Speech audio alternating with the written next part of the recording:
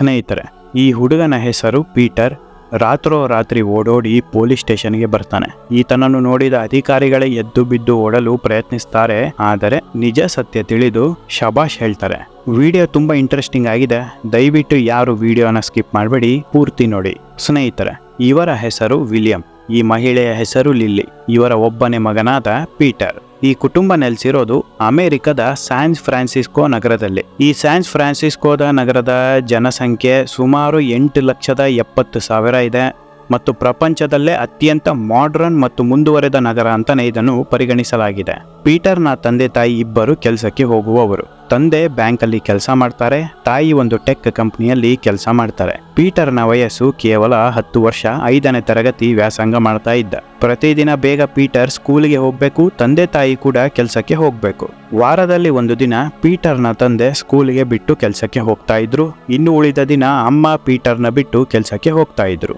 ಮತ್ತೆ ಸ್ಕೂಲಿಂದ ಮನೆಗೆ ವಾಪಸ್ ಹೋಗುವಾಗ ಸ್ಕೂಲ್ ಬಸ್ಸಲ್ಲಿ ಹೋಗ್ತಾನೆ. ಬೆಳಗ್ಗೆ ಸ್ಕೂಲ್ಗೆ ಹೋಗುವಾಗ ಸ್ಕೂಲ್ ಬಸ್ ಬರುತ್ತೆ, ಆದರೆ ಸ್ಕೂಲ್ ಶುರು ಆಗುವ 2 ಗಂಟೆ ಮುಂಚೆನೆ ಬರುತ್ತೆ. ಹಾಗಾಗಿ ತುಂಬಾ ಬೇಗ ಆಗುತ್ತೆ, ಸ್ಕೂಲಿಗೆ ಕಳ್ಸೋಕೆ ಆಗೋದಿಲ್ಲ ಅಂತ ಅಪ್ಪ ಅಥವಾ ಅಮ್ಮ ಸ್ಕೂಲ್ಗೆ ಬಿಟ್ಟು ಕೆಲಸಕ್ಕೆ ಹೋಗ್ತಾ ಇದ್ರು. ಸ್ನೇಹಿತರೆ, ಪೀಟರ್ ಸ್ಕೂಲಿಗೆ ವಾಪಸ್ ಮನೆಗೆ ಬರುವ ಸಮಯ ಪ್ರತಿದಿನ ಸಂಜೆ 4 ಗಂಟೆ ಆಗುತ್ತೆ. ತಂದೆ ತಾಯಿ ವಾಪಸ್ ಬರೋದು ಸಂಜೆ 8 ಅಥವಾ 9 ಗಂಟೆ ಆಗುತ್ತೆ. ಇಬ್ಬರು ಮನೆಗೆ ಬಂದು ಪೀಟರ್ನ ಮಾತನಾಡಿಸೋಕು ಸಮಯ ಸಿಗಲ್ಲ. ಸುಸ್ತಾಗಿ ಏನೋ ಒಂದು ಅಡಿಗೆ ಮಾಡಿಕೊಂಡು ತಿಂದು ಮಲಗ್ತಾರೆ. ಒಂದು ದಿನ ಪೀಟರ್ ಎಂದಿನಂತೆ ಸಂಜೆ 4 ಗಂಟೆಗೆ ಸ್ಕೂಲಿಂದ ಮನೆಗೆ ವಾಪಸ್ ಬರ್ತಾನೆ. ಬಂದು ಫ್ರೆಶ್ ಅಪ್ ಆಗಿ ಟಿವಿಯಲ್ಲಿ ಕಾರ್ಟೂನ್ ನೋಡ್ತಾ ಕೂರ್ತಾನೆ. ಅಡಿಗೆ ಮನೆಗೆ ಹೋಗಿ ತಿನ್ನೋದಕ್ಕೆ ಏನಾರ ಸ್ನ್ಯಾಕ್ಸ್ ಸಿಗುತ್ತಾ ಅಂತ ಹುಡುಕ್ತಾನೆ, ಆದರೆ ಏನು ಸಿಗೋದಿಲ್ಲ, ಸುಮ್ಮನಾಗ್ತಾನೆ. ಅಕ್ಕಪಕ್ಕದ ಮನೆಯಲ್ಲಿ ಎಲ್ಲರೂ ಕೆಲಸಕ್ಕೆ ಹೋಗೋರು. ಪೀಟರ್ ಸಂಜೆ ಸ್ಕೂಲಿಂದ ವಾಪಸ್ ಮನೆಗೆ ಬರುವ ಸಮಯದಲ್ಲಿ ಅಕ್ಕಪಕ್ಕದಲ್ಲಿ ಯಾರು ಕೂಡ ಇರೋದಿಲ್ಲ. ಮನೆ ಒಳಗೆ ಪೀಟರ್ಗೆ ಏನೇ ಆದ್ರೂ ಯಾರಿಗೂ ಗೊತ್ತಾಗಲ್ಲ. ಈ ಎಲ್ಲಾ ಮಾಹಿತಿಯನ್ನು ಕಲೆ ಹಾಕುತ್ತಿದ್ದ ಖದೀಮರು ಸಂಜೆ 4:30 ಸುಮಾರಿಗೆ ಪೀಟರ್ ಮನೆ ಬಾಗಿಲು ಕದ ತಟ್ಟುತ್ತಾರೆ. ಆದರೆ ಪೀಟರ್ ಯಾವುದೇ ಕಾರಣಕ್ಕೂ ಬಾಗಿಲು ತೆರೆಯೋದಿಲ್ಲ. ಬಾಗಿಲು ತೆರೆಯದ ಕಾರಣ ಖದೀಮರು ಒಂದು ಉಪಾಯ ಮಾಡ್ತಾರೆ. ಅದೇನಪ್ಪ ಅಂದ್ರೆ, ಪೀಟರ್ಗೆ ಹೇಳ್ತಾರೆ, ನಿಮ್ಮ ತಂದೆ ನಿನಗೆ ರೆಸ್ಟೋರೆಂಟಿಂದ ಪಿಜ್ಜಾ ಆರ್ಡರ್ ಮಾಡಿದ್ದಾರೆ ಅಂತ ಹೇಳಿ ಆಸೆ ಹುಟ್ಟಿಸಿ ಬಿಡ್ತಾರೆ. ತುಂಬಾ ಹೊಟ್ಟೆ ಹಸಿವಿನಿಂದ ಇದ್ದ ಪೀಟರ್ ತಕ್ಷಣ ಬಾಗಿಲು ತೆರೆದೇ ಬಿಡ್ತಾನೆ. ಬಾಗಿಲು ತೆಗೆದು ಕೇವಲ 5 ಸೆಕೆಂಡ್ ಅಷ್ಟೇ. ಪೀಟರ್ ಬಾಯಿ ಮುಚ್ಚಿ ಒಳಗೆ ನುಗ್ಗಿ ಬೆಲೆ ಬಾಳುವ ವಸ್ತುಗಳನ್ನು ಕದ್ದು ಪೀಟರನ್ನು ಕಿಡ್ನಾಪ್ ಮಾಡಿಕೊಂಡು ಕಾರಲ್ಲಿ ಹೋಗ್ತಾರೆ. ಸಂಜೆ 8 ಗಂಟೆ ಅಷ್ಟೊತ್ತಿಗೆ ತಂದೆ ತಾಯಿ ಇಬ್ಬರು ಮನೆಗೆ ಬರ್ತಾರೆ. ಮನೆ ಲಾಕ್ ಓಪನ್ ಆಗಿರೋದು ಗಮನಿಸಿ ಒಳಗೆ ಹೋಗಿ ನೋಡ್ತಾರೆ. ನಂತರ ಎಲ್ಲ ಗೊತ್ತಾಗುತ್ತೆ, ಮನೆ ದೋಚಿ ಪೀಟರ್ನ ಕೂಡ ಕಿಡ್ನಾಪ್ ಮಾಡಿದ್ದಾರೆ ಅಂತ. ಪೊಲೀಸ್ ಅಧಿಕಾರಿಗಳು ಸ್ಥಳಕ್ಕೆ ಧಾವಿಸ್ತಾರೆ. ಮನೆಯನ್ನು ಪರಿಶೀಲನೆ ಮಾಡಿದ ಅಧಿಕಾರಿಗಳು ಹೇಳ್ತಾರೆ, ಮನೆ ಒಳಗಡೆ ಬೆಲೆ ಬಾಳುವ ವಸ್ತುಗಳು ಎಲ್ಲಿತ್ತೋ ಅದೇ ಜಾಗಕ್ಕೆ ಸರಿಯಾಗಿ ಬಂದು ಲಾಕ್ ಓಪನ್ ಮಾಡಿಕೊಂಡು ತಗೊಂಡು ಹೋಗಿದ್ದಾರೆ ಅಂತ. ನಿಮಗೆ ಯಾರ ಮೇಲಾದರೂ ಅನುಮಾನ ಇದ್ದಾನೆ ಅಂತ ಅಧಿಕಾರಿಗಳು ಪ್ರಶ್ನೆ ಮಾಡ್ತಾರೆ. ಆದರೆ ಪೋಷಕರು ಹೇಳ್ತಾರೆ, ನಮ್ಮ ಮನೆಗೆ ಯಾರೂ ಬರಲ್ಲ. ನಾನು, ನನ್ನ ಹೆಂಡತಿ ಮತ್ತು ನನ್ನ ಮಗನ ಸ್ನೇಹಿತರು ಕೂಡ ನಾವು ಮನೆಗೆ ಕರೆಸಿಕೊಳ್ಳಲ್ಲ. ಹೀಗಿರುವಾಗ ಇವೆಲ್ಲ ಹೇಗಾಯ್ತು ಅಂತಾನೆ ನಮಗೆ ಗೊತ್ತಾಗ್ತಿಲ್ಲ ಅಂತ ಹೇಳ್ತಾರೆ. ಅಧಿಕಾರಿಗಳು ಅಕ್ಕಪಕ್ಕದ ಮನೆಯವರನ್ನ ವಿಚಾರಣೆ ಮಾಡ್ತಾರೆ. ಯಾರು ಕೂಡ ನಮಗೆ ಗೊತ್ತಿಲ್ಲ, ನಾವು ಕೆಲಸಕ್ಕೆ ಹೋಗಿದ್ವಿ ಅಂತ ಹೇಳ್ತಾರೆ. ನಂತರ ಪೊಲೀಸ್ ಅಧಿಕಾರಿಗಳು ತಮಗೆ ಬೇಕಿರುವ ಮಾಹಿತಿಯನ್ನು ಕಲೆಕ್ಟ್ ಮಾಡಿ ನಿಮ್ಮ ಮಗನನ್ನು ಆದಷ್ಟು ಬೇಗ ಹುಡುಕಿ ಕೊಡ್ತೇವೆ, ನಂಬಿಕೆ ಇಡಿ ಅಂತ ಧೈರ್ಯ ತುಂಬಿ ವಾಪಸ್ ಹೋಗ್ತಾರೆ. ಪೀಟರನ್ನು ಕಿಡ್ನಾಪ್ ಮಾಡಿದ ಕಿಡ್ನಾಪರ್ಸ್ಗಳು ಬೇರೆ ಬೇರೆ ದೇಶಕ್ಕೆ ಹೋಗುವ ದೊಡ್ಡ ದೊಡ್ಡ ಶಿಪ್ ಕಂಟೈನರ್ ಬಾಕ್ಸ್ ಒಳಗೆ ಪೀಟರನ್ನು ಬಿಟ್ಟು ಬರ್ತಾರೆ.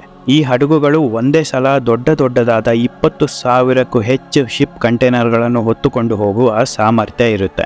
ಕಂಟೈನರ್ ಒಳಗೆ ಕೇವಲ ಪೀಟರ್ ಒಬ್ಬನೇ ಇರೋದಿಲ್ಲ, ಪೀಟರ್ ಜೊತೆ ಸಾಕಷ್ಟು ಮಕ್ಕಳು ಇರ್ತಾರೆ. ಎಲ್ಲ ಮಕ್ಕಳು ಬೇಕು ಅಂತ ಬಂದವರಲ್ಲ, ಎಲ್ಲರನ್ನು ಕಿಡ್ನಾಪ್ ಮಾಡಿಕೊಂಡೇ ಕರ್ಕೊಂಡು ಬಂದಿರ್ತಾರೆ.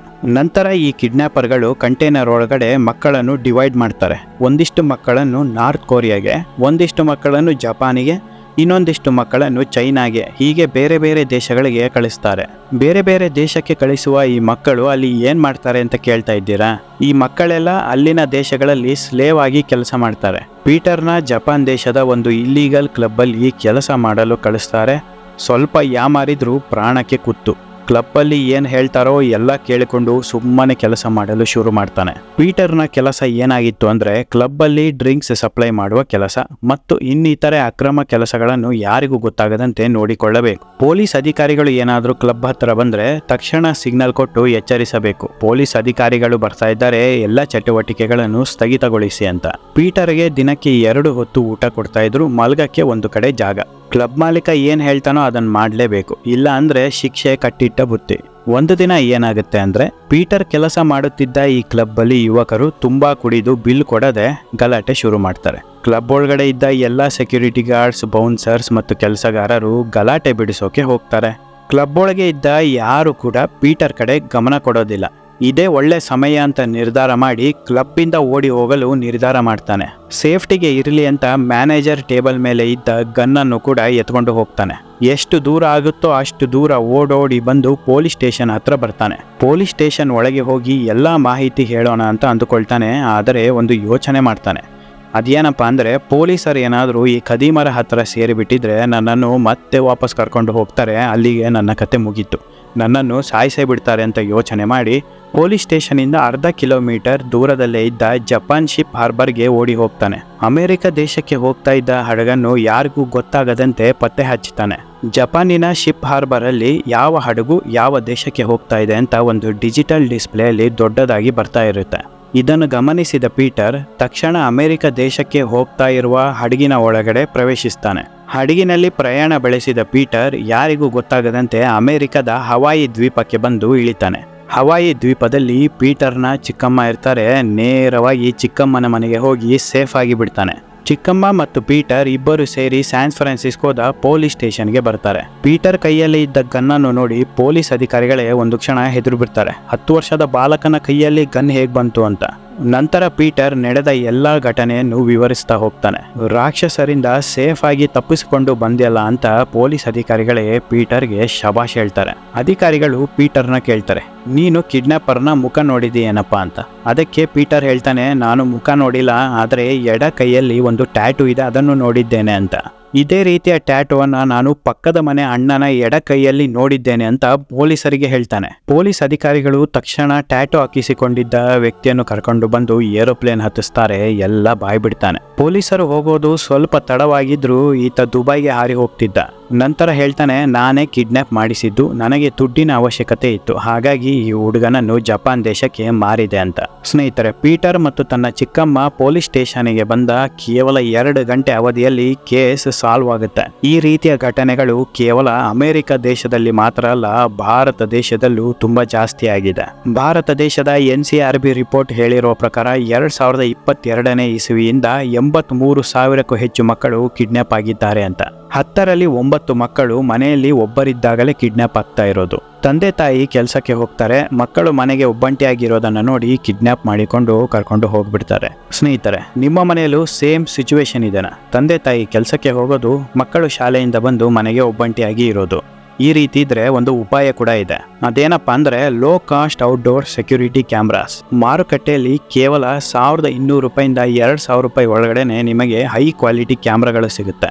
ಆನ್ಲೈನಲ್ಲೂ ಕೂಡ ಈ ರೀತಿಯ ಲೋ ಕಾಸ್ಟ್ ಕ್ಯಾಮ್ರಾಗಳು ಸಾಕಷ್ಟು ಸಿಗುತ್ತೆ.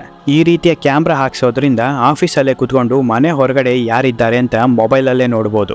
ಮಕ್ಕಳು 100% ಸೇಫ್ ಆಗಿ ಇರ್ತಾರೆ. ಸ್ನೇಹಿತರೆ, ನಿಮಗೆ ಈ ರೀತಿಯ ಕ್ಯಾಮ್ರಾಗಳು ಬೇಕಿದ್ರೆ ಡಿಸ್ಕ್ರಿಪ್ಷನ್ ಬಾಕ್ಸ್ನಲ್ಲಿ ಅಮೆಜಾನ್ ಪರ್ಚೇಸ್ ಲಿಂಕ್ ಹಾಕಿರ್ತಾನೆ, ಒಂದು ಸಲ ಹೋಗಿ ಚೆಕ್ ಮಾಡಿ. ಈ ವಿಡಿಯೋ ಇಷ್ಟ ಆಗಿದ್ರೆ ದಯವಿಟ್ಟು ಒಂದು ಲೈಕ್ ಕೊಡಿ, ಶೇರ್ ಮಾಡಿ, ಸಬ್ಸ್ಕ್ರೈಬ್ ಮಾಡಿ, ಪಕ್ಕದಲ್ಲೇ ಇರುವ ಬೆಲ್ ಐಕಾನ್ ಪ್ರೆಸ್ ಮಾಡೋದನ್ನ ಮರೆಯಬೇಡಿ. ಇದೇ ರೀತಿ ಇಂಟ್ರೆಸ್ಟಿಂಗ್ ವಿಚಾರದೊಂದಿಗೆ ಖಂಡಿತ ಮತ್ತೆ ಮುಂದಿನ ವಿಡಿಯೋದಲ್ಲಿ ಸಿಗ್ತಾನೆ. ಅಲ್ಲಿವರೆಗೂ ಎಲ್ಲರಿಗೂ ಶುಭ ದಿನ.